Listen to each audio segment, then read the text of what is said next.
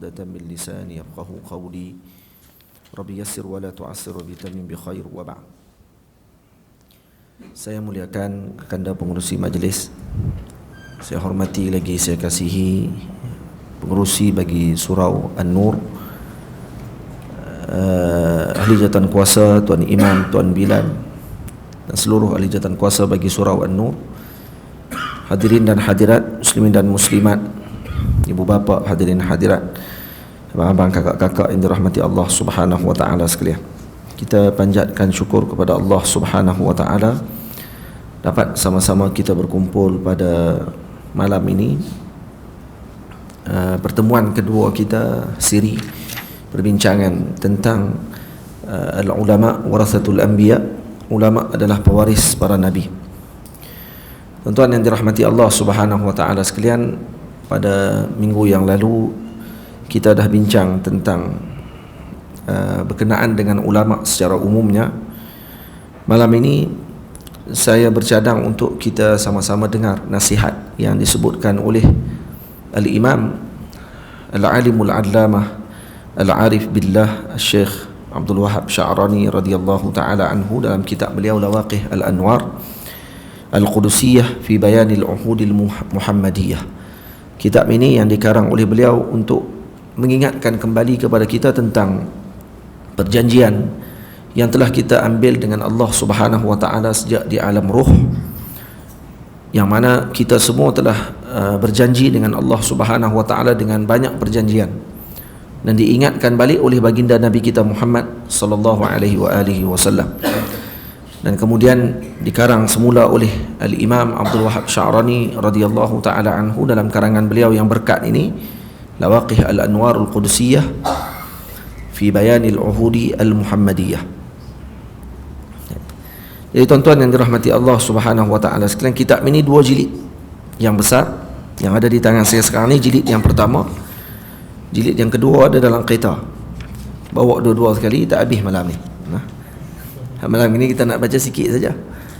Tu pun banyak benda penting yang disebutkan oleh beliau, yang mana kita dulu, untuk pengetahuan tuan-tuan semua, telah berkumpul ketika alam roh dahulu di berhampiran dengan wadi yang hampir dengan padang Arafah, seperti yang disebutkan oleh Nabi kita Muhammad sallallahu alaihi wasallam. Dan ini juga disebutkan oleh Al-Imam Abdullah bin Alawi Al-Haddad rahimahullahu taala dalam kitab beliau Sabilud Dikar, berkenaan dengan peringatan tentang umur manusia. Dibahagikan peringatan tadi kepada beberapa bahagian umur, dan sebelum tu diterangkan kepada kita tentang peringatan kepada kita sebelum kita dilahirkan. Pada alam ruh kita ni seperti semut-semut kecil yang memenuhi ruang di wadi tersebut, dan kemudian menerima arahan daripada Allah Subhanahu wa taala, dan masing-masing memegang janji-janji tersebut. Karena tu tuan-tuan, kalau perasan budak-budak bila dia beranak, dia keluar dalam keadaan genggaman tangan dia kuat. Betul tak? Kita kalau ada anak beranak, tengok tangan dia kuat, dia genggam. Atau kalau kita letak tangan kita dalam genggaman tangan budak tersebut, dia akan cengkam dengan kuat. Karena apa? Karena dia masih lagi mengingat tentang apa yang telah dia janji dengan Allah Ta'ala, dan dia genggam perjanjian tadi dengan kuat. Tapi makin lama dia makin mengenal dunia, makin lama dia menghirup udara dunia ni, maka genggaman tangan dia makin dilepaskan. Dan begitulah ketika kita mati, tangan kita terlepas, kecuali orang yang menggenggam tangannya dan mengucapkan dan menunjukkan dengan isyarat yang sedemikian. Sebab tu kata ulama, antara tanda mati husnul khatimah, seorang tersebut mati dalam keadaan menggenggam tangan dan mengisyaratkan dengan isyarat jari ini. Ini bukan boleh buat-buat tuan-tuan. Tuan-tuan nak mati nanti, tuan-tuan try tengok genggam, tengok, kalau nak boleh takut terlupa. Duk rasa-rasa nak mati dah, try tengok, pergi buat tengok gitu. Tak boleh Benda ni benda anugerah Allah Ta'ala. Ni antara tanda orang yang mati dalam keadaan husnul khatimah, kata ulama, banyak tandanya. Antaranya dahinya berpeluh, wajahnya bercahaya, dan kemudian tanda lagi, tangannya akan diisyaratkan dengan isyarat sedemikian.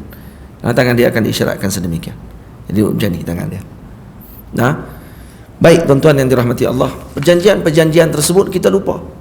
Bila kita lupa, maka para ulama datang mengingatkan kembali kepada kita. Siapa ulama-ulama ni? Ulama-ulama ini adalah ulama-ulama yang mana disebutkan oleh Sayyidina Luqman Al-Hakim radhiyallahu ta'ala anhu kepada anak beliau. Kata beliau kepada anaknya, qala li ibnihi ya bunayya, wahai anakku yang tercinta, alaika bimujalasatil ulama, hendaklah kamu sentiasa duduk di dalam majlis ulama, wasma' kalamal hukama, dan dengarlah kalam ahli bijaksana, fa inna Allah ta'ala la yuhyi al-qalba al-mayyita binuril hikmati, karena Allah sentiasa menghidupkan hati, hati yang mati tersebut dengan nur al-hikmah, dengan nur hikmah, cahaya hikmah. Kama yuhyil arda al-maytata biwabilil matar, hati yang mati dihidupkan dengan nur hikmah, cahaya hikmah, seperti mana bumi yang mati dihidupkan dengan turunnya air hujan yang lebat. Jadi ini pesanan Sayyidina Luqman Al-Hakim radhiyallahu ta'ala anhu adalah sebagai ucapan ataupun peringatan beliau terhadap perjanjian yang telah kita ambil dengan Allah Subhanahu wa taala dan dengan Nabi kita Muhammad sallallahu alaihi wasallam, untuk kita sentiasa berada di dalam majlis para ulama. Tuan-tuan, berapa ramai di kalangan manusia yang lupa bahawa dia pernah berjanji untuk berada dalam majlis dengan para ulama, tetapi disebabkan dia keluar ke muka bumi dan melihat alam bumi ini yang dia rasa alam bumi ini adalah alam yang paling luas. Maka kerana itu dia lupa perjanjian dia tadi bahawa dia kena duduk dalam majlis ulama. Terlupa dia. Kita ni dah baru masuk dalam bumi, bila duduk dalam bumi kita rasa bumi paling luas sekali. Seperti mana kita duduk dalam perut mak kita dulu, kita duduk rasa perut mak tu paling luas sekali. Sebab tak ada apa, kita duduk rasa sempit, kita duduk rasa lemah, kita duduk rasa apa, tak ada apa pun. Keluar tengok bumi luas. Bumi luas lagi rupanya daripada perut mak. Lepas keluar nanti dan masuk dalam kubur, baru kita tahu rupanya ada lagi alam yang lebih luas daripada bumi, yang tidak ada penghujungnya. Itu baru alam barzakh. Masuk nanti alam akhirat, barzakh hanya RNR, tempat perhentian sebelum masuk ke alam akhirat, sebelum masuk kepada alam untuk kita dinilai dan dihisap amalan kita untuk masuk dalam syurga ataupun neraka Allah Ta'ala. Nampak? Maka kalau tengok alam tersebut, maka kita akan menyesal pada waktu tersebut kalau kita tidak gunakan masa yang ada di bumi ini dengan sebaiknya. Kan tu tuan-tuan yang dirahmati Allah, Al-Imam Abdul Wahab Sya'rani radhiyallahu ta'ala anhu mengatakan bahawa kita telah mengambil perjanjian dengan Rasulullah sallallahu alaihi wasallam, alla nukhli nufusana min mujalasatil ulama'i walau kunna ulama, kata dia, iaitu kita tidak mengosongkan masa kita dan jiwa kita daripada duduk dengan para ulama walaupun kita ulama. Dia kata kalau kita ni ulama pun kena duduk lagi dalam majlis ulama. Kalau dia tak ulama, lagilah. Kalau dia pesan ni, kalau ulama pun kena duduk dalam majlis ulama, maksudnya kena duduk. Kalau ada tok guru lain mengajar, hadir duduk dalam majlis tersebut. Kalau dia tidak ada urusan pada hari tersebut, sama ada mengajar, sama ada berikan manfaat kepada orang lain dan sebagainya, maka dia kena hadirkan diri duduk dalam majlis para alim ulama. Walau kunna ulama, walaupun kita ulama. Maksudnya kalau awam, lebih-lebih lagi utama perlu duduk dalam majlis ulama. Dikatakan apa? Farubbama a'tahumullahu minal ilmi ma lam yu'tina. Karena kemungkinan ada ilmu yang Allah Ta'ala beri kepada ulama tersebut tidak diberi kepada kita. Kalau dia ulama, kemudian dia hadir dalam majlis ulama, kenapa dia hadir juga dalam majlis ulama sedangkan dia ulama? Karena ada ilmu yang Allah Ta'ala beri kemungkinan tidak ada pada orang yang alim tersebut. Jadi dia datang, ini aku tak pernah tahu lagi ni. Kalau tu kata ulama, Al-Imam Al-Bukhari radhiyallahu ta'ala anhu mengatakan tidak dipanggil orang tu alim selagi mana dia tidak mengambil ilmu dan manfaat dengan orang yang lebih tinggi daripadanya, iaitu lebih tua daripadanya, dan dia mengambil faedah dengan orang yang lebih muda daripadanya, dan mengambil faedah dengan orang yang sebaya dengannya ataupun setaraf ilmu dengannya. Tak dipanggil alim kalau orang tadi tidak mengambil dengan alim yang lebih alim daripadanya, lebih tua daripadanya, dan mengambil dengan orang yang lebih rendah ilmu daripadanya, dan mengambil faedah dengan orang yang seumpama umur dengannya. Berapa ramai orang yang beramal dengan perkara ni, tuan-tuan? Dan berapa ramai orang awam yang sombong dengan dengan apa ni, ahli ilmu yang baginya mengatakan bahawa ada alim yang lebih alim daripada alim tersebut, maka tak perlu untuk saya hadir dalam majlis alim yang lain. Sombong.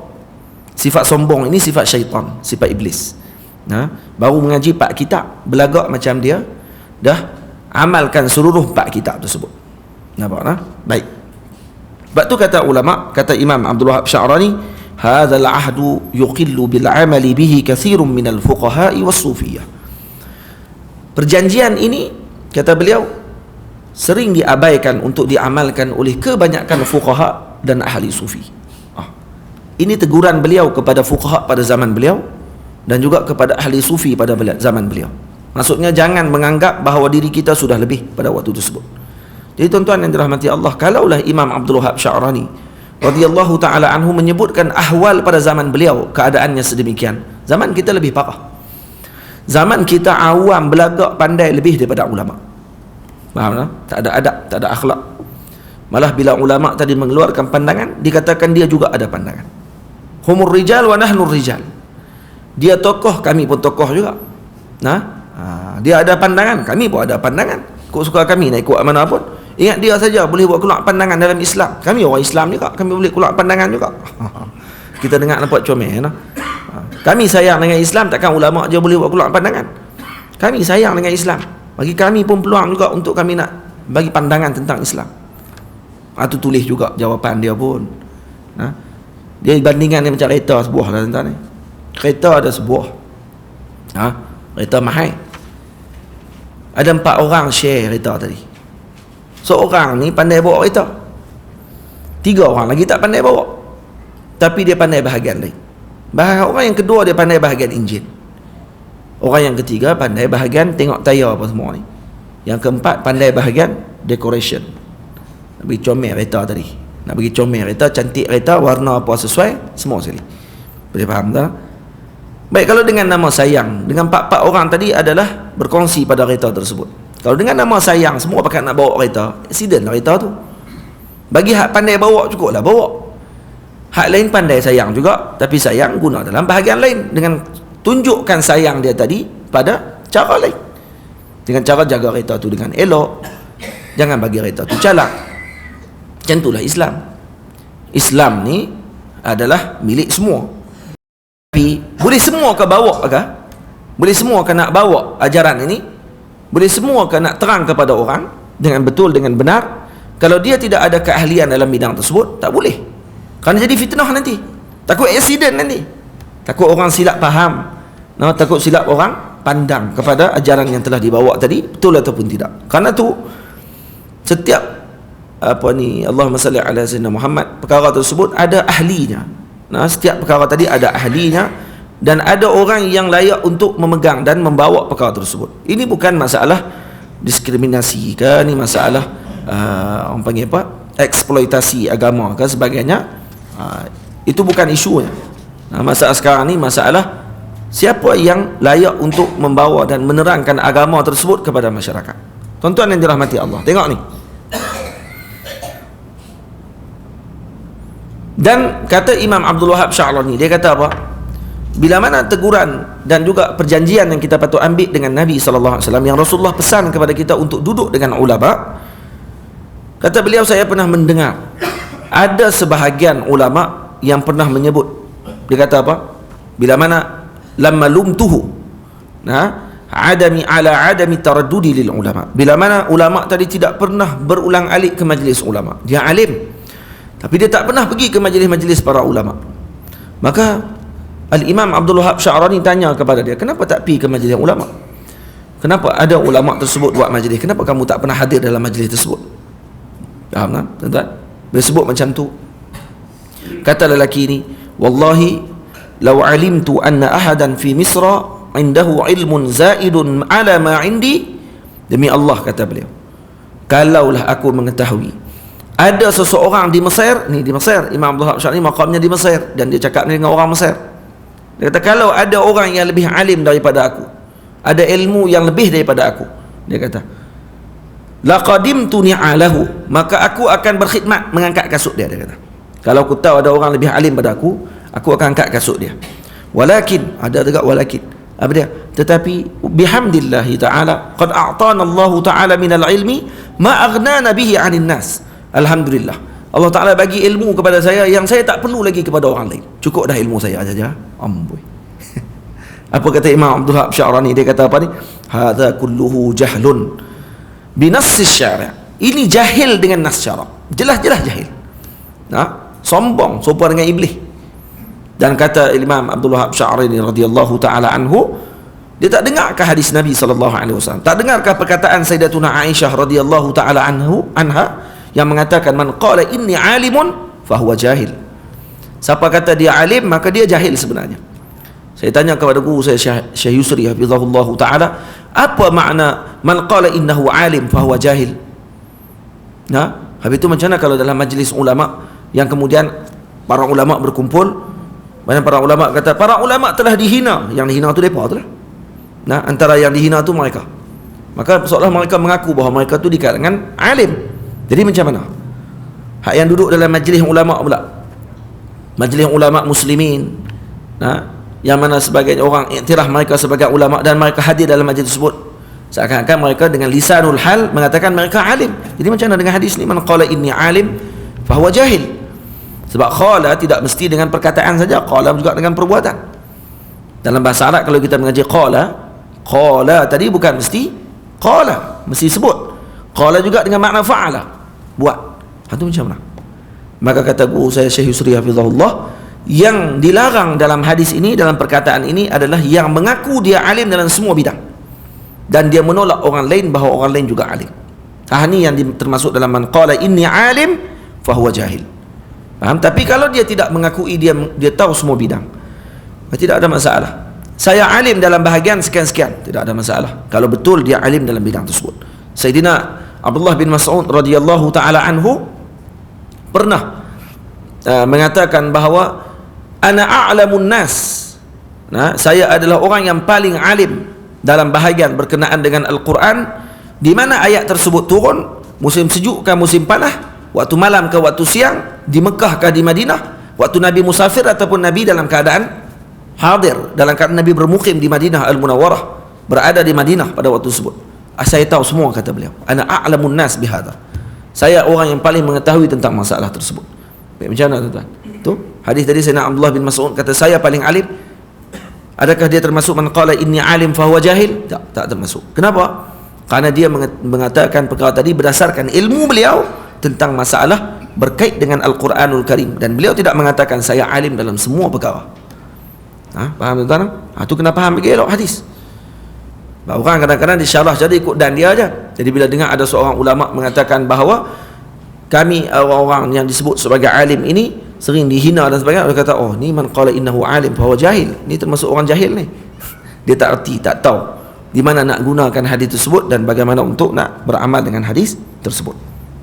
Sebab tu tuan-tuan yang dirahmati Allah, bila mana Nabi kita Muhammad sallallahu alaihi wasallam pesan kepada kita tentang masalah tersebut, berapa banyak kita dah amalkan dengan apa yang telah kita berjanji dengan Rasulullah?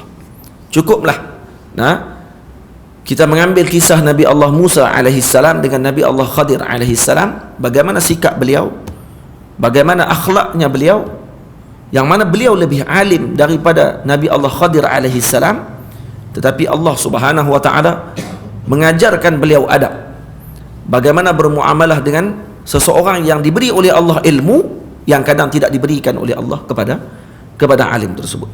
Nabi Allah Musa alaihi salam pernah ditanya dalam satu majlis, man a'lamun nas? Siapa manusia yang paling alim wahai Nabi Allah Musa? Nabi Musa mengatakan saya adalah manusia yang paling alim. Maksudnya kenapa Nabi Musa sebut macam tu? Karena betul tak perkataan Nabi Musa? Betul. Berdasarkan pengetahuan beliau adalah nabi pada umat tersebut. Tidak ada orang yang akan diutus dalam umat tadi menjadi nabi melainkan dia paling alim dalam umat tersebut. Maka Nabi Musa menjawab dengan jawapan yang benar. Cuma Allah Subhanahu wa taala tidak mau Nabi Allah ataupun ada di antara nabi-nabi Allah Subhanahu wa taala menjawab dengan jawapan yang nampak seakan-akan keras dan akan menimbulkan syak wasangka kepada umat pada waktu tersebut, yang umat Nabi Musa ni memang dah hatinya penyakit dah. umat Yahudi ni dah penyakit lama dah dengan Nabi-Nabi, saja nak cari point nak pergi perkenal Nabi lagi, tanya macam tu lah, tengok dia mengaku dia paling alim dah. Tengok. Padahal betul tak Nabi Musa paling alim? Ya, Nabi Musa paling alim. Malah Nabi Musa adalah ulul azmi minar rusul. Dan nombor 3 selepas Nabi Allah Ibrahim alaihissalam. Dalam hierarki ulul azmi minar rusul 3 orang. Yang pertama Nabi Allah Muhammad sallallahu alaihi wasallam. Yang kedua Nabi Allah Ibrahim alaihissalam, yang ketiga Nabi Allah Musa alaihissalam, yang keempat Nabi Allah Isa alaihissalam, yang kelima Nabi Allah Nuh alaihissalam. 5 orang Nabi ulul azmi minar rusul. Ini Nabi yang paling kuat menerima ujian dan tentangan daripada umat pada waktu ketika mereka hidup. Jadi tuan-tuan, bila dijawab dengan jawapan sedemikian, Allah menghantar wahyu kepada Nabi Allah Musa alaihissalam mengatakan bahawa ada hamba-Ku yang diberikan ilmu tidak diberi kepada kamu wahai Musa. Tuan-tuan buka dalam surah Al-Kahfi. Saya pernah syarahkan ayat ini. Tapi saya tak pernah syarah ayat tu. Saya syarah berkenaan Ashabul Kahfi di masjid tu. Masjid Pak tu. Kat tepi tak bayar lepas tu. Masjid Al-Huda, Sungai Ara. Pernah syarah tu panjang berkenaan Ashabul Kahfi saja. Saya tak syarah lagi berkenaan dengan Ashabul Kahfi, berkenaan dengan Nabi Khidir dan Nabi Musa alaihissalam. Nabi Khidir, Nabi Musa saya syarah di Al-Ustaz.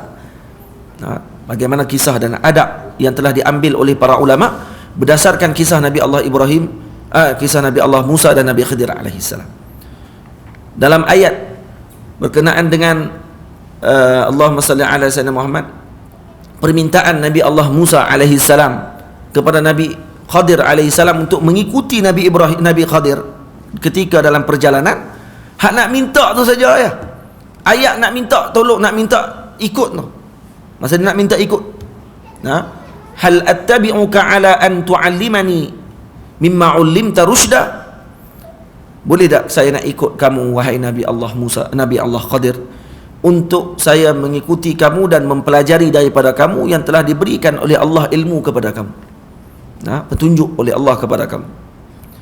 Sebuah itu saja tuan-tuan, Al-Imam Fakhruddin Ar-Razi mengeluarkan 12 faedah daripada ayat tersebut. Ayat pendek je, 12 faedah daripada ayat tu saja. Apa adab yang dikeluarkan oleh Nabi Musa dalam ayat hal attabi'uka ala an tu'allimani mimma 'ullimta rusyda. Ayat tu saja 12 faedah. Maknanya kalau dan lagi kita tengok apilah. Kalau dan lagi lah. Saya tak dan, maksudnya tak dan. Tapi kalau dan kita tengok ada dalam kitab ni. Kalau tak silap saya ada dalam kitab ni. Tapi saya tak ingat kat mana dia, bila cari tak jumpa. Bila cari tak jumpa. Bila tak cari jumpa insya-Allah. So saya saja buka jumpa. Bila cari je tak jumpa terus. Kita try tengok lagi, kita tengok bila. Kok lah jumpa. Baik, tak apa, tak juga. Faham tuan-tuan? Berapa ramai di kalangan kita yang duduk dalam majlis para ulama dan dia beradab dengan majlis tersebut. Berapa ramai di kalangan kita yang duduk dalam majlis ulama dan dia mengambil faedah yang benar dalam majlis tersebut.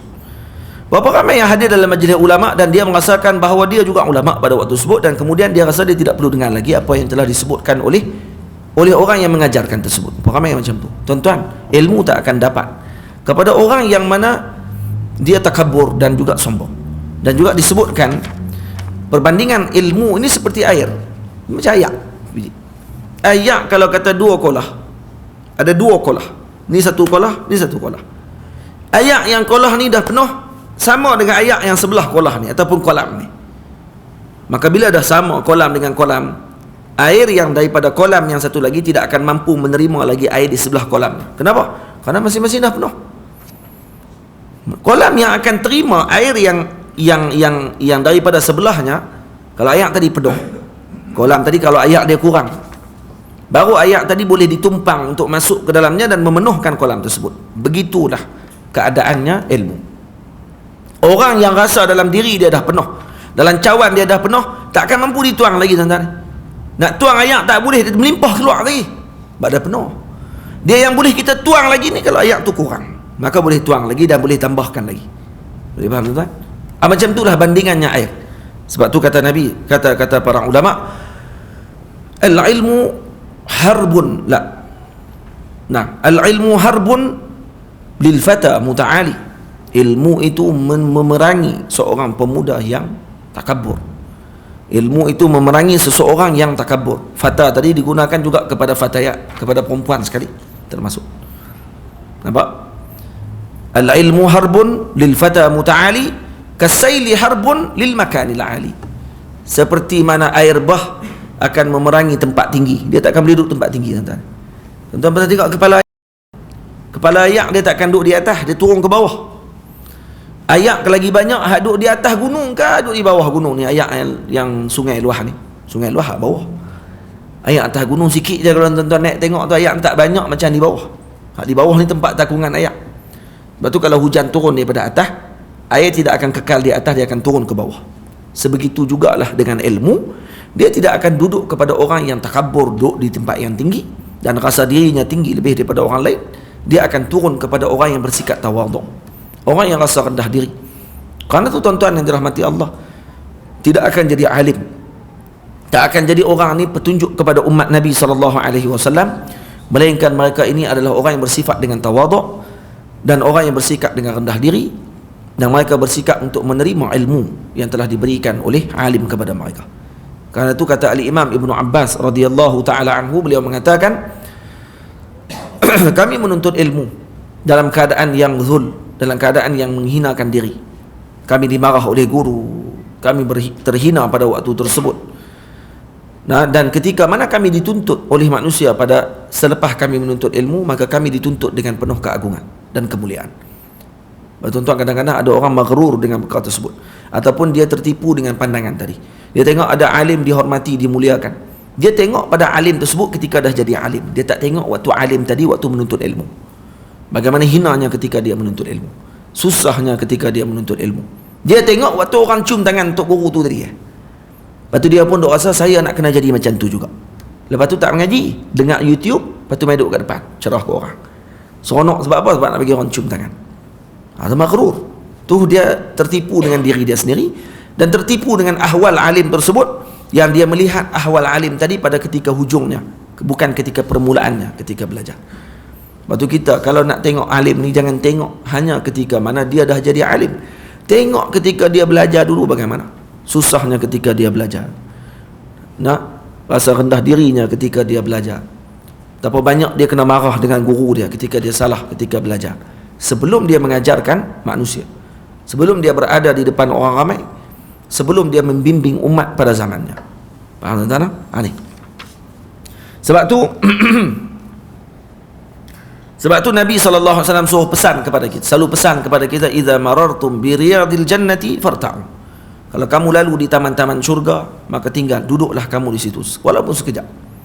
Maka ditanya, wa ma riyadul jannah? Qala majalisul ilm. Majlis ilmu. Itu dipanggil riyadul jannah, taman-taman syurga Allah Ta'ala. Taman syurga yang dimaksudkan dengan bagaimana ni taman syurga tadi? Seperti Sayyidina Luqman telah pesan kepada anaknya, alaika bimujalasatil ulama, dengan makna majlis ilmu tersebut majlis yang dipimpin oleh ulama, majlis yang diterangi cahayanya oleh alim. Nah, gitu maksudnya. Dan kemudian bila ditanya lagi kepada para ulama dan ditanya kepada Sayyidina Al-Imam Ibnu Abbas radhiyallahu ta'ala anhu, kata Sayyidina Ibnu Abbas telah bertanya kepada Rasulullah sallallahu alaihi wasallam, ya Rasulullah, ayu julasaina khairun? Di mana tempat duduk untuk kami duduk yang terbaik ya Rasulullah? Apa tempat duduk yang paling terbaik untuk kami duduk dan bersama dengan majlis tersebut ya Rasulullah?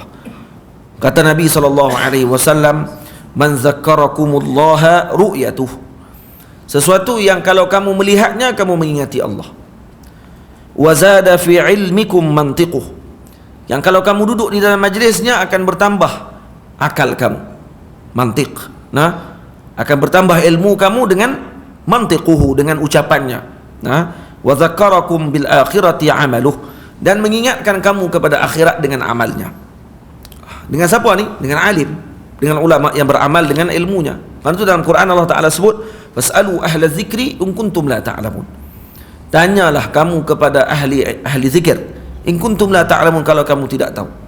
Dalam Quran Allah Ta'ala tak kata fas'alu ahlal ilmi in kuntum la ta'lamun. Tanyalah ahli ilmu. Tapi dikata fasalu ahla zikri in kuntum la ta'lamun. Tanya ahli zikir. Apa beza ahli zikir dengan ahli ilm? Kata Syekh Abdul Huda Yaqubi, guru saya yang mulia, dia kata kalau ahlul ilmi kemungkinan tidak beramal lagi, boleh jadi. Ada ahli ilmu tidak beramal dengan ilmunya, tapi ahli zikir confirm amal. Bila sebut fasalu ahla zikri, ahli zikir ni adalah ahlul amal. Dia bukan hanya berilmu tetapi juga beramal dengan ilmunya.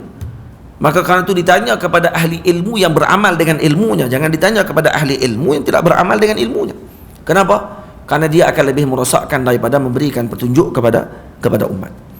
Kerana itu ini yang dipesan oleh Sayyidina Abdullah bin Mas'ud radhiyallahu taala anhu. Nah, seperti yang disebutkan oleh Kiai Hashim Asy'ari dalam kitab ini tentang kelompok manusia yang mana mereka ini nanti akan lebih banyak merosakkan umat daripada memberikan petunjuk kepada umat. Nah, iaitu dengan cara apa mereka ni? Iaitu dengan cara mereka ni membanyakkan dan mencantikkan ucapan mereka, tetapi tidak beramal dengan apa yang telah mereka ucapkan. Ramai di kalangan sekarang ni yang mana merosakkan umat Nabi SAW adalah di kalangan ahli lisan, yang bercakap je pandai. Nah, TV pun banyak bawa keluar rancangan untuk mengeluarkan ahli lisan. Ajak macam mana nak cakap, macam mana nak menangkap pandangan audien, nak bagi audien seronok bila dengar kita cakap. Nah, bukan dididik untuk membimbing umat. Bubuhlah nama menentang apa pun rancangan tadi. Saya tak maulah nak komplain banyak-banyak, kawan-kawan kita juga. Tapi ala kulli hal, sekurang-kurangnya kita kata program tersebut akan melahirkan mi segera, nah, pendakwah segera, semua segera. Tuan-tuan, makanan segera ni makanan yang paling merosakkan tubuh. Makan Maggi, orang tahu kata Maggi ni penyakit. Nah, apa dia lagi? Semua benda-benda segera ni semua orang tahu dah. Instant mi, instant noodle, instant natang apa semua kali tu, semua orang tahu kata berpenyakit. Lah ni instant ulama, faham tak? Nah, ulama segera, dia pun jadi alim juga, tapi alim yang segera, alim fil lisan, hanya menunjukkan manusia dengan lidahnya semata-mata. Faham tak?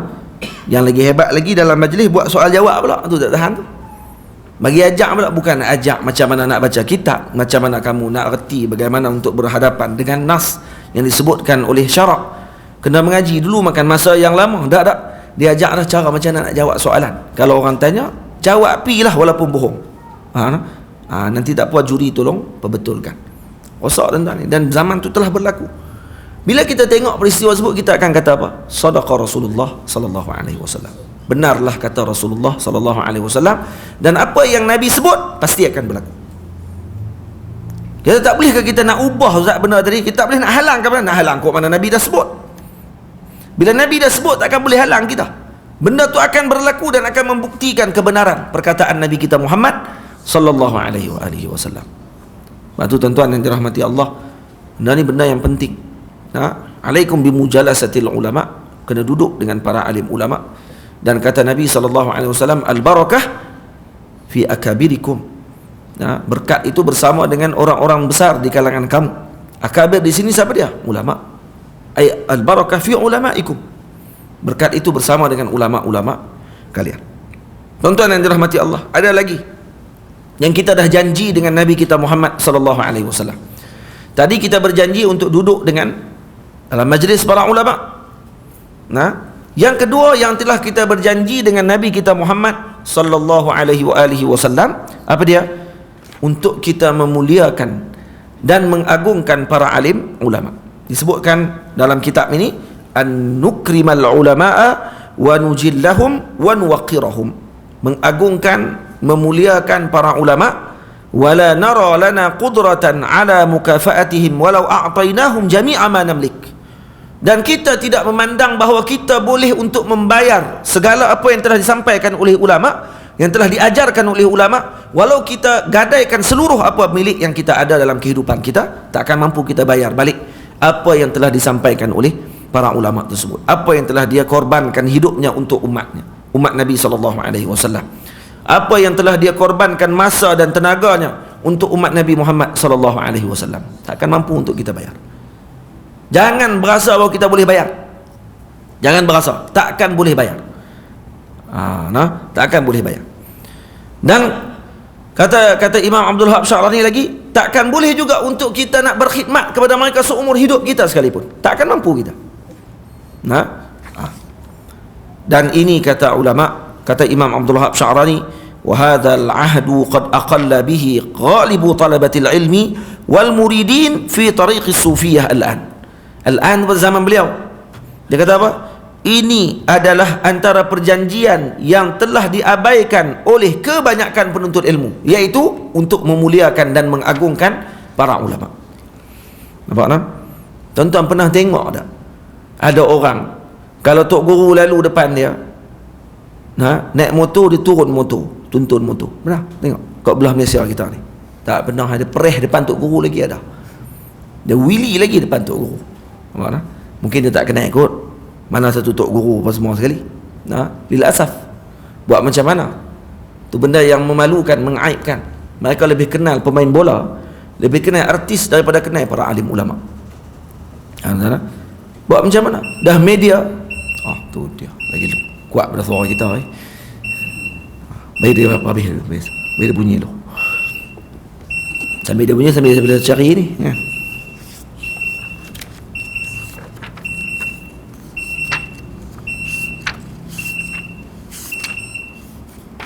Habislah. Tak jumpa tuan-tuan ni, cari kalut-kalut ni. Saya tak berniat pun nak cerita tu tadi ni, terkeluar tak saat ni. Lepas tu teringat dalam kitab ni. Tapi tak apalah, nantilah ada peluang lain pula kita cerita lain. Semua nak cerita kat sini mampu tuan-tuan. Tuan-tuan dapat ilmu banyak sangat pula dah lagi. Bagi sikit-sikit jugalah. Betul tak? Lawak. Kalau di Indonesia tuan-tuan, ada di kampung-kampung ni yang kalau tok guru ni naik motor, kalau anak murid tengah duduk naik motor, tok guru lalu turun motor dia, tuntun motor. Nampak tak? Kita hebat kat sini, tutup pintu, tok guru tak boleh nak masuk pintu dengan motor kita. Faham tak? Tu yang ni patutnya ustaz masuk dalam ni lah. Ustaz pergi parking kat tepi jalan. Saja nak kata api lah, tak marah dekat pun boleh jalan masuk, tak ada masalah apa tutup pintu. Tak apa lah, buat macam mana, parking kat tepi jalan, tak apa lah. Patutnya kena fikir lah nak parking tu. Ni tahu dah ni jalan ustaz nak masuk, tak usah pergi parking kat situ, bagi ustaz nak masuk. Nampak semua ustaz jalan kaki kan, mereka surau An-Nur, Lebuh ni puah ni.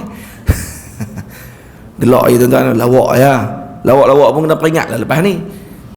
Dah orang bubuh dah menatang hak kun tu depan tu, gagah juga pergi parking juga depan tu. Nak buat macam mana ustaz, ada tempat parking ni, masuklah dalam tu, maksudnya ada tempat parking lagi dalam ni, kan dia tak pergi masuk. Allahuakbar, saya tak tahu lah, tu pengurusan surau lah. Baik, ada satu pondok ni di Indonesia, kalau kata tok guru main ni tuan-tuan, tengok masuk jumpa dengan tok guru, jalan dalam keadaan melutut jalan ni. Mai tanya ke tok guru, suara tak tinggi langsung. Nampak tak? Suara tak tinggi. Kita ni tak tepuk belakang tok guru lagi. Sihat tak tau?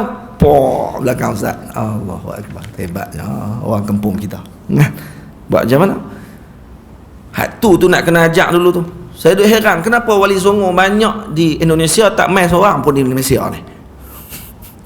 Wali songo semua di Indonesia, Jawa semua awak tak main langsung kok belah Penang ni, kok belah Kedah, kita ada wali lain lah kan. Tapi awak tak main wali-wali songo ni kok tempat kita ni. Tak sampai ke kok mana? Pernah sampai Sunan Kalijaga, pernah turun Terengganu perang sama dengan Tok Kupaluh. Tapi tuan-tuan cuba tengok tok-tok guru kita yang ada di tempat kita ni, yang memuliakan mereka dengan seumpama sepatutnya dimuliakan. Adakah seperti orang yang mengetahui dan mengerti tentang kedudukan ulama memuliakan ulama? Tak sama tuan-tuan ni. Tempat kita ni kalau tanya balik ke orang Penang sendiri, di sini ada berapa banyak makam ulama yang ada di Penang? Boleh tanyalah. Ada yang tak tahu pun, kata di sini ada tok guru, ada ulama yang telah meninggal. Hak hidup pun tak pergi lawat, hak meninggal tak tahu terus. Lain kali indaras, mati, umat tak tahu terus. Kata rupanya di Penang ni ada tok guru, ada ulama yang pernah menyebarkan Islam di tempat ni. Aib tuan-tuan ni. Ini suatu yang sangat memalukan bagi kita semua. Bukan kata kat tuan-tuan di Penang terjadi Kedah pun sama lah. Malah tak diceritakan tentang kisah ulama tersebut, bagaimana kesusahan mereka dalam belajar, bagaimana kesusahan mereka ketika mana menyebarkan ilmu, untuk diberi perhatian kepada umat terhadap kesungguhan para ulama dalam menyebarkan agama Allah Ta'ala. Kan tu tuan-tuan, kita orang Malaysia kita tak ada sibuk sangat dalam bab urusan berkenaan dengan ijlalkan ulama, memuliakan ulama, karena kita menganggap bahawa Islam kita ni Islam warisan, bukan Islam dengan tumpahnya darah. Memang pun tanah Melayu kita tak tumpah darah dengan penyebaran Islam. Nah, tanah Melayu antara tempat yang masya-Allah tabarakallah Islam masuk dengan keadaan yang silmiah, dengan harmoni masuk, tak angkat pedang. Tapi apa ramai kita kenal ulama-ulama yang telah menyebarkan Islam ke tempat kita. Lebih banyak sebar cerita tak betul. Nah, cerita-cerita tak betul, cerita-cerita yang kona-kona, dan akhirnya yang sepatutnya dianggap sebagai alim dianggap sebagai pengkhianat, yang dianggap sebagai seorang tersebut orang yang mulia dianggap sebagai panglima saja dan sebagainya. Hang tuah, berapa ramai orang tahu kata dia alim. Orang tahu dia hanyalah panglima 5 bersaudara, pernah lawan dengan perompak di tengah ni, lepas tu pergi naik atas gunung mana tu? Pergi apa gunung apa? Gunung Ledang. Lepas tu pergi ambil puteri Hang Lipuk. Lepas tu kena marah dengan sultan. Hak tu ya. Faham? Berapa ramai tahu kata dia tu anak murid kepada Sunan Ampel? Berapa ramai tahu kata dia tu balik ke tanah Melayu dan menyebarkan agama Allah Ta'ala di tanah Melayu, dan dia alim besar di tempat kita. Tak orang tahu dia panglima. Orang tahu dia pakai tanjak atas kepala, bus kerih. Ha? Lepas tu kerih Tamin Sari, bela cari tak jumpa. Tu ya. Padahal ada duduk kat sini. Ya. Dia duduk kalut kot tu je tuan-tuan ni. Ha? Tuan-tuan cuba tengok duit di Indonesia. Ha? Duit Indonesia. Duit Indonesia ada gambar apa? Duit satu rupiah mereka, 2 rupiah, 10 rupiah. Ada 10 rupiah, 1000 rupiah, 10,000 rupiah. Tuan-tuan cuba tengok ada gambar apa? Gambar Imam Bonjol. Siapa Imam Bonjol? Pejuang negara mereka, alim besar. Gambar Diponegoro. Siapa Diponegoro? Ulama besar juga, antara alim pada zaman tersebut, ahli sunnah wal jamaah, ahli tariqah, yang telah mempertahankan negara mereka daripada dijajah oleh penjajah, dan mati mereka ini dibunuh oleh penjajah, mati syahid mereka, dan ada pengikut-pengikut mereka yang ramai. Berapa ramai pejuang-pejuang mereka letakkan nama-nama dan juga disemadikan di duit-duit mereka. Faham? Tak apa, bahaya saya kalau letak kat duit ni, jatuh orang pijak duit tadi. Korang-korang yang mulia juga lah, tengok-tengok duit tu ada gambar ulama, korang angkat juga. Ni gambar penyu.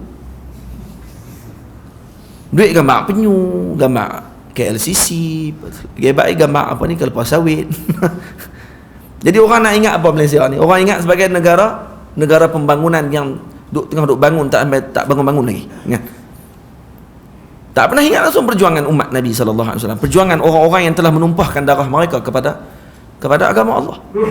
Ini antara perkara yang telah kita ikhlalkan, yang telah kita abaikan perjanjian kita dengan Nabi kita Muhammad SAW, sehingga orang menganggap ulama ini hanya sebagai tempat untuk mengajar di masjid, buka pondok, kemudian gitu saja, tanpa mengetahui bahawa ulama sebenarnya adalah pasak kepada bumi ini, seperti para Nabi alaihimussalam, yang mereka ini adalah pasak kepada bumi, yang mana menyebabkan adanya mereka, maka dihalang azab oleh Allah Ta'ala ke negeri tersebut kalau mereka ada di tempat tadi.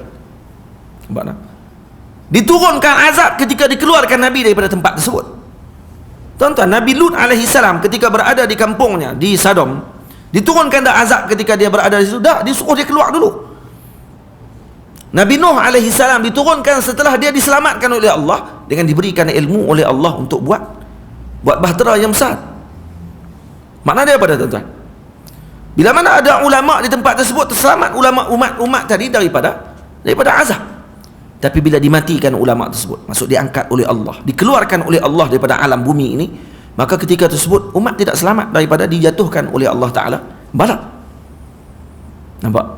Kita bimbang kalau Quran hilang 2 lai 3 lai.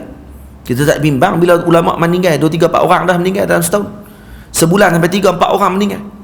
Kalau kita tengok balik senarai, tuan-tuan, hak meninggal bulan 2 hak lepas saja, bulan 2 hak lepas pula dah, bulan 1 hak lepas saja, dah berapa ramai ulama di seluruh dunia.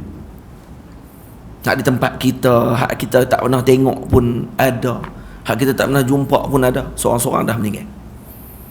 Nampak tak? Tuan-tuan yang dirahmati Allah Subhanahu wa taala sekalian.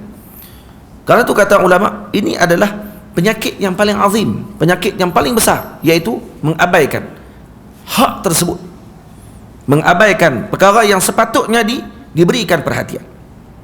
Nampak tak? Dan bila mana seorang ulama tadi tidak dimuliakan dengan sepatutnya, dengan sebaiknya, maka pada waktu tersebut akan dihinalah hukum hakam agama Allah Subhanahu wa taala. Syariat akan dipermain-mainkan pada waktu tersebut. Tuan-tuan tak perlu heran. Nah, kalau RUU 18 hari bulan ni ada orang Islam sendiri yang tak setuju dengan perkara tersebut. Tuan-tuan tak perlu heran dengan masalah tersebut. Walaupun RUU bukanlah hukum Islam. Kita pun tahu kata dia bukan hukum Islam. Nah, dia orang undang-undang 355 tadi tu bukannya hukum hudud, tapi nak menambah baikkan sistem perundangan dalam negara kita ni dalam bab syariat. Hak tu saja. Daripada 6 sebatan keluar jadi 10, 100 sebatan. Daripada denda 3,000 ke 30,000 ke 50,000. Hak tu saja. Tuan-tuan tengok berapa ramai orang pakat duk menggelabah beruk. Kalau hanya tengok hak tu saja. Baru hak tu. Lepas tu dia kodok kot lain. Dia kata, dak ni bukan hukum Islam, tak perlu. Kalau kata tak buat hukum tu pun arak tetap haram. Kalau tak buat yang tu mencuri haram juga. Memang pun haram weh. Faham tuan-tuan ni? Berapa ramai orang kita yang dia tak apa nak cerdik ni. Tuan-tuan, kalau saya cakap ni, saya bukan cakap politik ni. RUU ni bukan kes politik. Ni bukan pah saja bawa ni.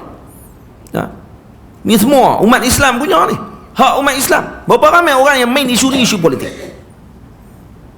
Nampak ada otak umat kita di Malaysia ni, dia konon kok politik semua. Semua benda politik. Masuk ni politik, masuk ni politik. Semua ada kepentingan semua. Kita tak perlu nak masuk dalam hati orang lah.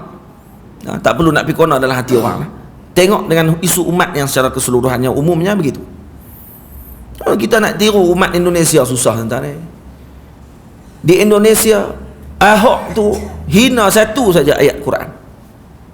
Ahok hina satu saja ayat Quran. Ayat apa? Ayat Al-Ma'idah ayat 51. Ayat tersebut cerita berkenaan dengan jangan ambil Yahudi dan Nasrani, jangan ambil orang-orang yang bukan Islam sebagai pemimpin kita. Hak tu saja Ahok main-main. Kita betul ke ayat ni? Tuan-tuan, turun 7 juta orang di Monas dekat Jakarta hanya untuk pertahankan ayat tersebut. Di Malaysia ni tuan-tuan, berapa ramai dah orang yang hina ayat Allah Ta'ala. Bukan hina satu ayat, beratus ayat dah hina. Tapi ada orang Islam bangkit. Yang tak bangkit apanya? Orang Islam sendiri yang bertahan. Kata tak, dia tak bermaksud macam tu. Orang Islam sendiri yang bertahan. Mereka keluar tuan-tuan bukan atas nama politik. Siapa yang pimpin mereka? Yang pimpin mereka adalah kesedaran mereka terhadap kasih sayang mereka terhadap agama Allah Ta'ala. Itu saja. 7 juta keluar tuan-tuan ni. Ditarik permit oleh Jokowi. Jokowi tarik permit bah, tak boleh keluar naik bah. Bah tak akan sampai ke Jakarta. Bah-bah yang daripada luar tak akan masuk ke Jakarta pada tempoh pada 4 hari bulan 12 yang dulu. Tak akan masuk. Tuan-tuan mereka buat apa? Tak boleh masuk bah, kami jalan kaki. Jalan kaki tuan-tuan, 250 km yang paling jauh, 250 km daripada kampung pergi ke Jakarta, jalan kaki sampai Nipih, kasut selipar. Kira daripada Ipoh pergi ke Lostak. Ipoh pergi Lostak 250 jalan kaki tuan-tuan. Kita agak boleh buat itu. Kita pakai kan, kalau kata tak apa kot, depa pakai buat semua dah. Depa pakai pi dah, kita tak apa duk kira tu. Ni supaya raja nak test tengok rakyat dia, tengok ni sayang ke dia ke tak. Rakyat kata kita nak tengok, aku nak tengok sayang kat aku ke tak. Raja pun buat pengumuman, siapa sayang dekat saya, tarikh sekian-sekian, saya minta seorang buat mai 1 mangkuk madu saja, tak payah banyak-banyak, semangkuk je madu. Kita akan sediakan apa ni, tong kat depan istana, dan semua bakat mai tuang madu tu dalam tong tersebut. Nak tunjukkan bukti dia kasih kepada raja. Raja buat pengumuman tu. Rakyat pun semua pun pakatlah balik dan pakat bincang macam mana kita nak cari madu macam mana ni. Buat main tak banyak pun, semangkuk kecil je. Yang pakat pituang.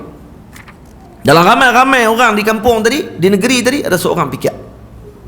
Dia kat rumah dia fikir, dia kata apa? Ish, kalau saya bawa ayat buh semangkuk tutup pi kan, pi tuang tak ada siapa kot, no?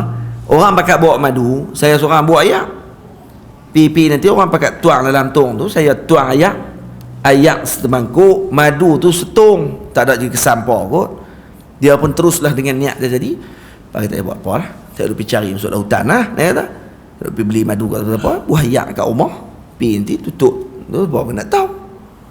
Mai hari yang dijanjikan, pakatlah beratok semua, pakat tuang semua dalam kah. Petang tu raja buka. Ayak satu tong semua. Faham tak? Bukannya madu satu mangkuk je. Rupanya bukan dia seorang je mangkuk duk fikir ayak tu. Satu negeri semua pakai duk fikir ayak je. Kalau saya bawa ayak, orang lain bukan bawa ni apa. Rupanya bukan dia seorang ada rumah tu. Hak adik-beradik dia pun, hak jiran-jiran dia semua fikir tu. Dah kali jadi apa? Jadi ayak semangkuk semua. Satu tong semua ayak. Yang kita nak buat macam tu tuan-tuan. Tak apa kot depa pi ya. Tak apalah depa yang tolong nak tahan, kita tak payah. Tak apa. Kita tolong tengok ke belakang jadi, alhamdulillah tak jadi. Masya-Allah. Nah, pokoknya selamat duit minyak saya. Tak ada langsung perasaan dalam hati ni. Nak memuliakan tersebut. Kenapa jadi macam tu tuan-tuan? Karena sebab dia yang pertama sekali, iaitu tidak memuliakan ahli ilmu. Tak memuliakan perkara tersebut akan menyebabkan kurangnya kemuliaan dia terhadap syariat yang dibawa oleh ahli ilmu tersebut. Bila asafis syadid. Sebab tu tuan-tuan yang dirahmati Allah, tu teguran kepada awam. Teguran saya kepada alim pula adalah wajib bagi alim untuk menyebarkan Islam dengan surah yang benar. Jangan sebarkan Islam dengan sentimen. Berapa ramai orang yang baca 2 baris je, lepas tu dia syarah kod politik ni lebih banyak daripada hak ilmu patut dia sampai kat masyarakat. Hak tu pun kita tak nak setuju juga. Masyarakat lah ni dahaga dengan ilmu, bukan dahaga dengan sentimen kita yang ada depan kita. Bukan semua yang otak sama dengan kita. Jangan kita nak orang semua faham apa yang kita nak. Nak faham tak? Sebab tu guru kami yang mulia Syekh Ali Jumaah hafizahullah taala pesan sungguh-sungguh, katanya wajib bagi setiap mukallaf atau setiap alim tersebut menyampaikan Islam dengan surah yang benar. Sehingga baru-baru ni Syekhul Azhar, guru saya juga, Syekh Ahmad Tayyib hafizahullah taala, keluarkan fatwa yang menggegarkan hatta di Mesir, hatta di dunia. Apa fatwa dia keluarkan? Bukan fatwa pun, pandangan dia keluarkan. Dia kata kalau Islam di Eropah, masyarakat Islam di Eropah, kalau mana Islam tadi tidak disampaikan dengan cara yang benar sehingga menyebabkan mereka memusuhi Islam sampai sekarang, maka mereka masih ahli fatrah, kata dia. Maksud ahli fatrah ni apa dia? Kalau mati tak masuk neraka. Sebab Islam tak sampai betul dekat mereka, katanya.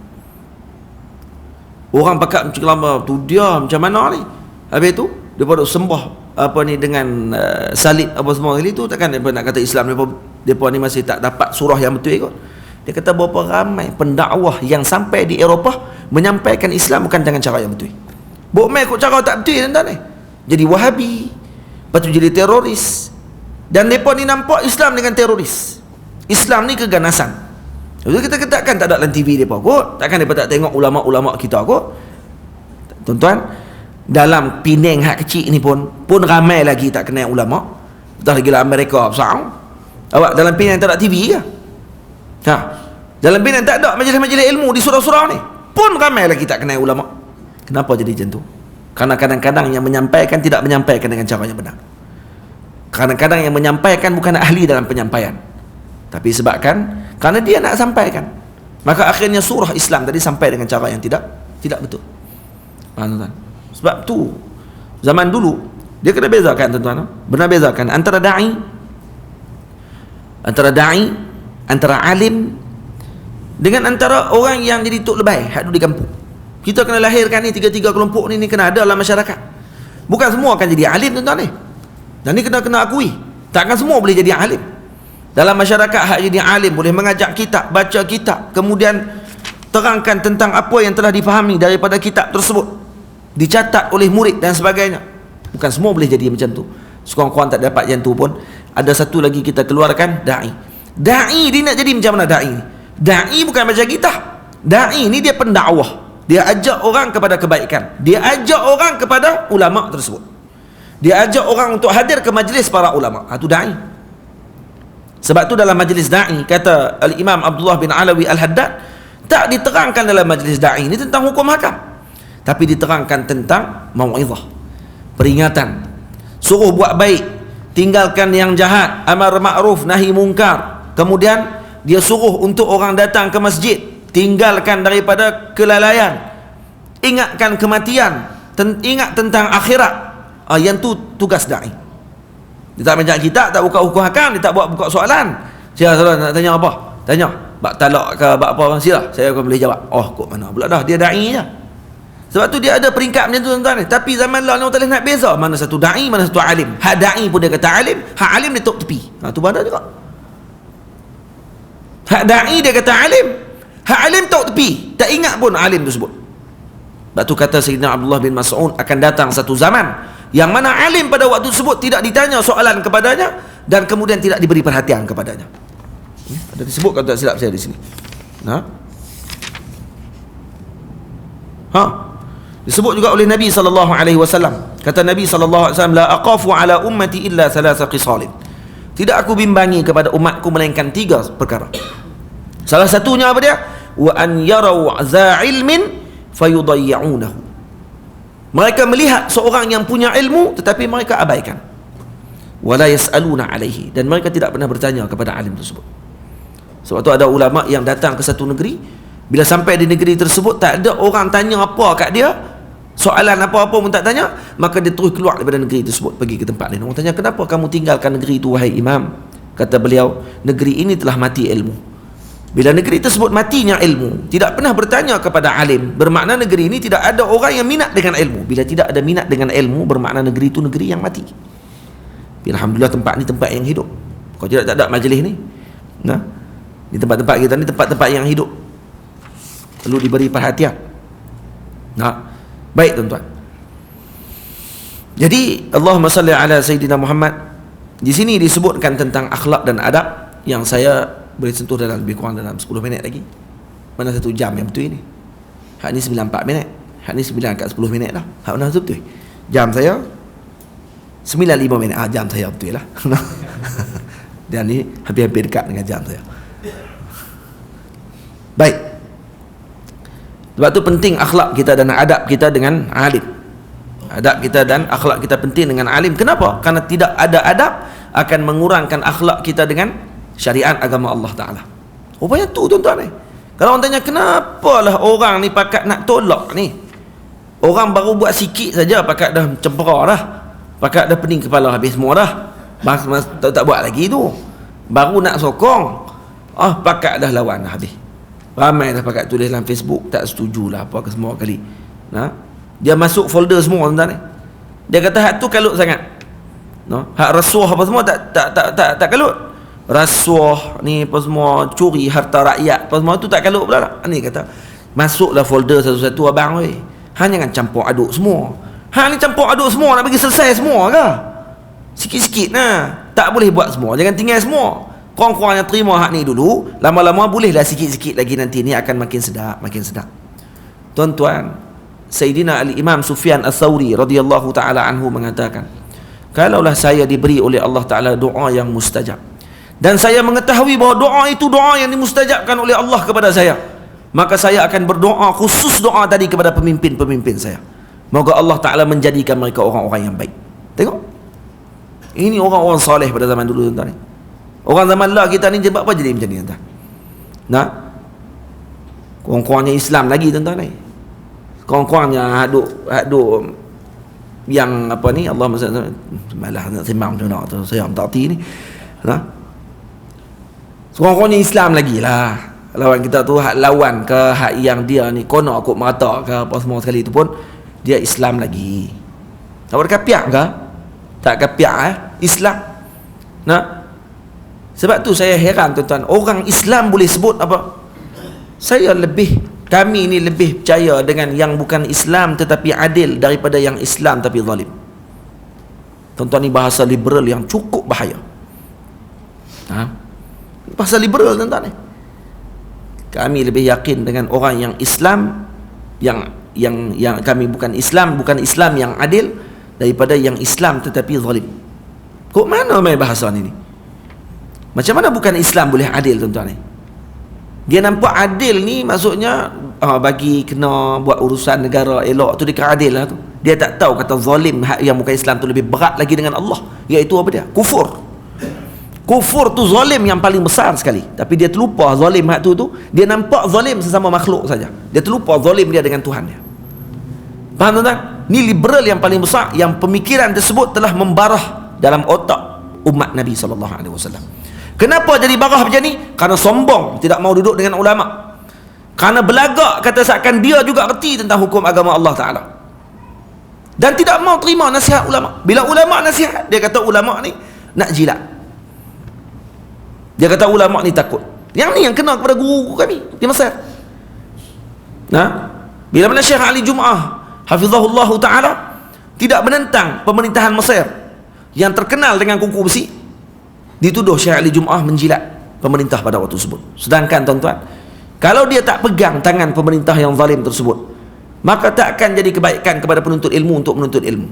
Akan jadi rosak Al-Azhar Al-Syarif. Yang itu yang dikehendaki oleh kelompok musuh untuk masuk dan menguasai institusi pengajian tinggi yang paling agung di dunia ni, untuk rosakkan seluruh dunia Islam melalui pendidikan. Faham tuan? Tuan-tuan, mereka ni masuk cerdik tuan-tuan ni. Dan mereka sebarkan propaganda untuk nak rosakkan umat Nabi ni cukup cerdik. Dengan cara apa? Dengan cara dia sentuh tiang-tiang seri dalam dunia Islam. Dia sentuh tu dulu. Dia kan sentuh kita. Dia tak sentuh Quran. Dia sentuh Quran, dia tahu kata orang akan marah. Kalau dia ambil Quran, dia pergi bakar buat majlis di Kuala Lumpur ke di Amerika ke, tahu orang pakat bangkit semua. Bukti dia apa dia? Bukti dia dah buat dah, try dah sekali. Dia lukis gambar Nabi saja di Denmark. Berapa ramai satu dunia pakat bangkit, marah pada waktu tersebut. Tapi tuan-tuan, cuba tengok bila ulama dihina, bila ulama dicela, orang Islam sendiri pakat cela. Betul tak? Kenapa orang tak bangkit mempertahankan alim ulama mereka? Yang mereka ketahui bahawa mereka ni sisi pengajian mereka, sanak pengajian mereka bersambung sampai Nabi sallallahu alaihi wasallam. Kebenaran yang mereka ucapkan tadi adalah untuk kebaikan umat Nabi sallallahu alaihi wasallam. Kenapa mereka tak pertahankan? Karena mereka melihat ini manusia, ini orangnya, tak perlu kami nak pertahankan. Mereka terlupa itu pewaris Nabi. Mereka terlupa ini mewarisi keilmuan Nabi sallallahu alaihi wasallam, walaupun secebis ilmu Rasulullah sallallahu alaihi wasallam. Dan mereka terlupa perjanjian mereka dengan Rasulullah untuk mempertahankan para alim ulama. Faham tuan-tuan? Tuan-tuan, bila saya sebut alim ulama ni umum, tidak terkait dengan mana-mana parti, tuan-tuan. Disebut alim ulama, alim ulama. Kalau dia alim dan dia ni adalah orang yang menyebarkan ilmu dan menyampaikan ilmu dalam apa jua bidang sekalipun dia, maksudnya dalam bidang agama ni lah. Sama ada dia ahli tasawuf yang berada di suluknya, di dalam ribatnya, duduk berzikir, itu pun alim yang sedang membimbing umat. Mungkin dia sedang mendoakan umat Nabi SAW untuk diberikan kebaikan kepada umat Nabi. Itu patut kita muliakan. Yang berada di dalam medan mengajarkan umat, dimuliakan. Yang berada di hadapan, barisan hadapan sekali untuk mempertahankan umat Nabi SAW dengan pakaian yang macam mana sekalipun, patut dipertahankan dan patut dimuliakan. Faham tuan-tuan? Itu makna ni. Itu kalau kita tengok adab orang dulu dengan ulama ni, Masya Allah, Tabarakallah. Al-Imam An-Nawawi rahimahullah, tuan-tuan, dia pernah dijemput oleh gurunya Al-Imam Kamal Al-Irbili rahimahullah ta'ala. Al-Imam Kamal Irbili wafat pada tahun 670 Hijriah. Ada 5 minit lagi. Boleh tuan 5 minit lagi? Boleh tuan? Tak apa nak angguk, tak apa nak ya ni, tak setuju dengan saya ke apa? Imam Kamal Irbili pernah jemput Imam Nawawi mai makan nasi. Makan nasi udahlah. Mai makan di rumah dia. Makanlah apa-apa pun, kan? Roti ke, ayam ke. Mai makan di rumah beliau. Tok guru jemput anak murid ni tuan, habis meter. Tok guru jemput anak murid mai makan. Mai makan rumah saya jom. Siapa tak mau? Tapi Imam Nawawi rahimahullah menolak pelawaan tersebut dengan baik. Dia beritahu kepada guru dia, wahai tuan guru, saya mohon maaf, saya mohon izin, saya ada uzur, tak boleh hadir ke rumah tuan guru. Kemudian kawan-kawan Imam Nawawi berjumpa dengan Imam Nawawi, tanya, apa yang menyebabkan uzur, apa yang kamu buat yang terjadi kepada kamu sehingga menghalang kamu untuk hadir ke rumah Imam Kamal Irbili rahimahullah, yang alim besar, wali Allah Ta'ala. Kata Imam Nawawi rahimahullah, uzur yang paling besar yang aku bimbang pada waktu tersebut apa dia? Aku bimbang takut-takut nanti aku melihat pada makanan yang makanan tersebut diinginkan oleh guruku, tetapi aku juga menginginkan makanan tersebut. Maka aku mendahului keinginan tadi daripada guruku, maka aku telah biadab dengan guruku. Itu dia. Faham tak? Kita berapa ramai di kalangan kita yang ambil ikan, ambil ayam, buh dalam pinggan dia dulu sebelum pinggan Tok Guru. Dia yang kenal dulu. Oh, ikan kat bahagian tu. Dia pula habaq kat Tok Guru lah. Ustaz nak habaq mai. Bahagian ni paling saya suka kali ni. Kernak dia ambil kat dia. Nampak pegang lah. Nah.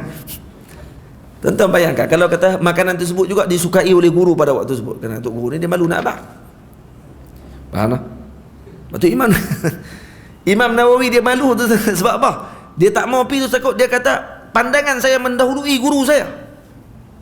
Takut-takut Tok Guru duk tengok nampak tanpa ayam tu dia nak ambil. Tapi saya pun duk pandang tu juga. Saya pun berkenan kat paha ayam juga. Saya dah mendahului pandangan guru saya, maka saya kurang adab dengan dia. Tu dia. Tuan-tuan, kalau pandangan tentang makanan sahaja pun dia dah bimbang mendahului gurunya, apatah lagi pandangan dia dalam urusan agama.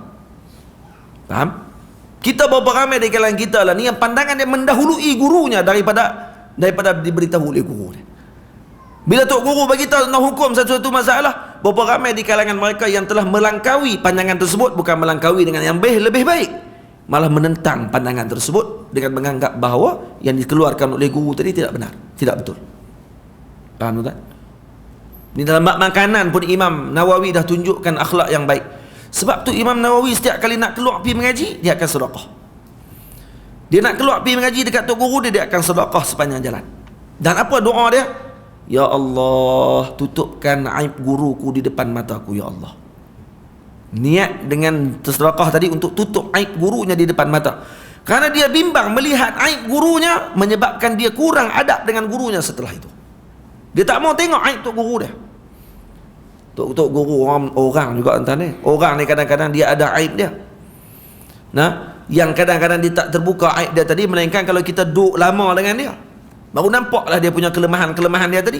Maka akan kurang kelemahan tersebut, akan kurang pandangan dia terhadap guru dia tadi. Bila dia melihat pandangan tadi, maka dia doa kepada Allah, jangan dilihat pandangan tersebut kepada saya. Macam tu sekali tuan-tuan. Boleh faham tuan-tuan? Sehingga ada di kalangan ulama yang mana mereka beradab dengan guru mereka, disebut oleh Imam Abdul Wahab Syarani, isteri guru mereka, kalau kata guru mereka mati, mereka tak akan kahwin dengan isteri guru mereka. Sampai tahap macam tu. Mereka tak akan kahwin dengan bini Tok Guru mereka kalau Tok Guru mereka mati, kerana menjaga adab dengan Tok Guru. Boleh faham? Jadi Tok Guru tua, anak bini muda. Hak kita duk mengaji dengan Tok Guru lama dah. Sejak Tok Guru meninggal awal, hak bini duk muda lagi, kita duk kenal lama dah. Boleh kahwin dengan bini Tok Guru? Haram kah? Tak haram. Tapi dari segi adab, tidak beradab. Tidak beradab pada waktu tersebut, kata Imam Abdul Wahab Syarani. Dan berapa ramai orang yang kadang-kadang terlupa dalam masalah ni, dan kadang-kadang tak pernah dengar pun masalah ni. Tak pernah dengar pun. Rupanya tak boleh kahwin dengan bini Tok Guru. Haram kah? Tak haram lah. Tidak beradab. Dia haram tu hukum. Adab pun satu lagi adab pula. Dia ada hukum, ada adab. Kita ni kadang mengaji hukumnya, adab tak mengaji. Jam juga entah ni. Macam ni orang lah kalau main rumah orang 3 hari, segi hukumnya macam mana? Main bertamu di rumah orang 3 hari, hukumnya tuan rumah akan jamu orang yang datang ke rumah dia 3 hari jadi tamu tadi, tuan rumah akan jamu selama 3 hari. Tu hukumnya. Ikut adabnya pula, hak yang kawan tu pula tak selalu pergi bagi tuan rumah dia jamu, hang pun buat keluar lah sekali duit kalau boleh, beli barang-barang makanan untuk bagi kepada tuan rumah tadi. Hang duk kira hukumnya. Ikut hukum, tuan rumah kena jamu. Elok. Hang ni memang beramai sungguh dengan hukum mana? Aku beramai dengan hukum lagi, berang hati kot. Masuk hari keempat, hang duk lagi. Hang pergi hang. Sebab tu kata ulama, kalau ikut hukum lebih pada 4 hari, tuan rumah dah boleh buat tak tahu dah dekat tetamu tersebut. Hang nak makan, pergi pegang. Tapi ikut adab, tuan rumah kena layan walaupun duduk sebulan. Ikut adab. Lepas tu adab syai', hukmu syai' akhar. Hukum satu yang lain pula. Jangan ambil main-main. Ada orang kadang dia buat rigid, dia buat pelik boleh. Dia kata, apa masalah pula nak kahwin dengan bini Tok Guru? Dia bukan Nabi. Boleh ya? Boleh ya? Tak apa. Tak ada masalah apa lah.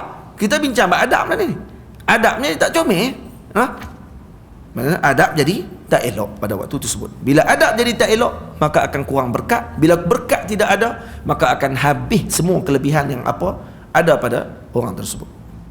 Jadi tuan-tuan, itu sekadar sebahagian daripada perkara yang kita nak bincangkan selama 2 minggu ni. Sikitlah dalam masa sejam 2 jam tadi. Banyak lagi sebenarnya kalau kita nak bincang tentang kelebihan alim ulama, tentang ulama tu pewaris Nabi alaihi wassalatu wassalam. Kenapa kita perlu memuliakan ulama? Saya rasa saya dah bahaskan secara umum pada hari ini tentang masalah tersebut. Lebih lanjut lagi tuan-tuan, akan datang kalau ada rezeki dan peluang, kita akan bahaskan tentang ayat Allah Ta'ala daripada surah Al-Kahfi tentang adab Nabi Allah Musa alaihi salam dengan Nabi Allah Khadir alaihi salam. Walaupun kedudukan Nabi Musa lebih tinggi daripada kedudukan Nabi Khadir, tapi bagaimana adab yang beliau tunjukkan dalam setiap perkataan dalam surah Al-Kahfi tadi. Kalau tuan-tuan selami dan memahami kalam tersebut dengan tafsir yang disebutkan oleh mufassirin, para ahli tafsir, maka tuan-tuan akan rasa subhanallah, sangat mengagumkan adab yang ditunjukkan oleh Nabi Allah Musa alaihi salam. Sangat mengagumkan apa yang telah ditunjukkan oleh Allah kepada Nabi Allah Khadir alaihi salam. Dan akhlak dan adab tersebut wajib diamalkan oleh kita sebagai penuntut ilmu. Dan kalau kita beramal dengan adab tadi tuan-tuan, maka akan aman dunia ini, maka akan selamat agama Allah Ta'ala ini daripada dirosakkan oleh orang-orang yang suka merosakkan agama Allah. Kalaulah adab ini berterusan, sebab tu mereka tak mau kami ajak adab-adab ni tuan-tuan ni. Sebab kalau ajak adab-adab macam ni, mereka akan kata apa? Mereka kata tengok memuliakan ulama macam ulama tu Nabi. Tengok, mereka terlupa bahawa Nabi suruh muliakan ulama. Laisa minna man lam yarham saghirana wa yuwaqqir kabirana. Itu suruhan Nabi sallallahu alaihi wasallam. Tidak di kalangan kami yang tidak berkasih sayang kepada yang muda di kalangan kami, dan tidak menghormati yang lebih tua dan lebih besar daripada kami. Tua dari segi ilmu, tua dari segi umur, tua dari segi kedudukan dan juga pangkat mereka. Dan itu semua termasuk dalam min akabir, termasuk orang-orang yang besar di kalangan kami, kata Nabi. Maka Nabi yang suruh untuk memuliakan ulama. Tiba-tiba datang satu kelompok suruh merendahkan ulama. Tak perlu pakai ulama kerana mereka manusia yang bukan maksum. Kita pakai terus Quran dan hadis kerana Quran dan hadis adalah maksum. Ya, Quran hadis maksum, tapi syarah tu pun tak maksum juga. Tapi dia kono ke ulama, dia kata ke ulama tak maksum. Hak dia syarah tu suruh dia ikut dia. Tu tak tahan tuan-tuan. Nampak tak? Mai ikut mana ni? Jadi ikut mana pula? Rupanya suruh ikut dia lah sekali. Wallahu a'lam bissawab. Saya rasa tuan-tuan moga-moga dapat ambil lah, walaupun dalam masa yang singkat ini, dapat ambil manfaat yang saya sampaikan, apa yang perlu kita amalkan dalam kehidupan kita, adab yang patut kita amalkan dengan para guru dan para alim ulama di kalangan kita. Moga-moga Allah Ta'ala rezekikan kita dengan adab yang mulia, amin ya rabbal alamin. Moga Allah Ta'ala berikan kepada kita adab yang tinggi, dan dengan adab tersebut kita akan mengajarkan dan mendidik anak-anak dan cucu-cucu kita. Moga-moga menjadi orang-orang yang akan menghormati dan memuliakan alim pada zaman mereka, amin ya rabbal alamin. Saya mohon maaf, mohon izin. Terima kasih banyak-banyak kepada pihak surau An-Nur Lebuh Nipah. Moga Allah Ta'ala muliakan tuan-tuan semua ahli tuan kuasa bagi surau. Saya tadi ni main sesat, masuk sampai dah tak nampak surau sebelah kanan, kena pergi ke belakang, pergi sampai ke kedai Tom Yam. Takkan kedai Tom Yam ni surau kot. Abang Abu dia punya waste dia sampai ke situ. Saya kena balik, alhamdulillah jumpa balik surau ni. Tapi duduk kawasan tu dah lah. Baik, saya mohon maaf kalau ada terkasar bahasa, kok terasa-rasa hati ke geng-geng motor yang parking motor depan tu, kok berasa hati, kan minta maaf. Lawak je. Moga-moga Allah Ta'ala muliakan kita semua, amin ya rabbal alamin. Aqulu qawli hadza astaghfirullahal azim li wa lakum. Assalamualaikum warahmatullahi wabarakatuh. Bismillahirrahmanirrahim. Alhamdulillahi rabbil alamin, wassalatu wassalamu ala asyrafil mursalin wa ala alihi wa sahbihi ajma'in. Rabbana atina fid dunya hasanah wa fil akhirati hasanatan wa qina adzaban nar. Wa sallallahu ala sayyidina Muhammadin wa ala alihi wa sahbihi wa baraka wa sallam. Walhamdulillahi rabbil alamin.